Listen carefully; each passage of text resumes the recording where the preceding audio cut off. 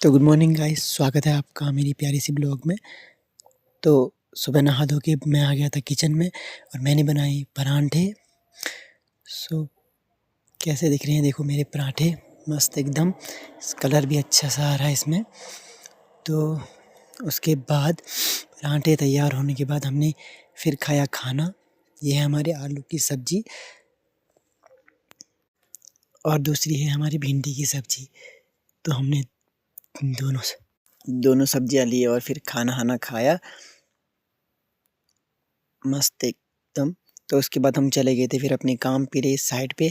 आधे रास्ते में पहुँचे तो देखा हम तो कितने नीचे से ऊपर आ चुके थे और फिर इसके बाद हमें जाना था और ऊपर।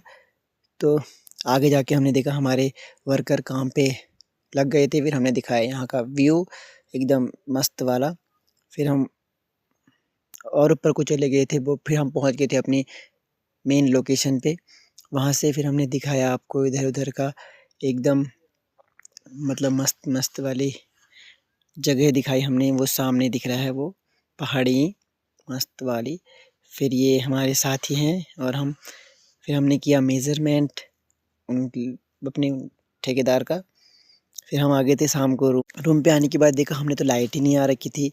फिर हम लाए थे सामान, हमने रखा सामान। उसके बाद हमने बाद चावल चढ़ा दिए थे गैस पे।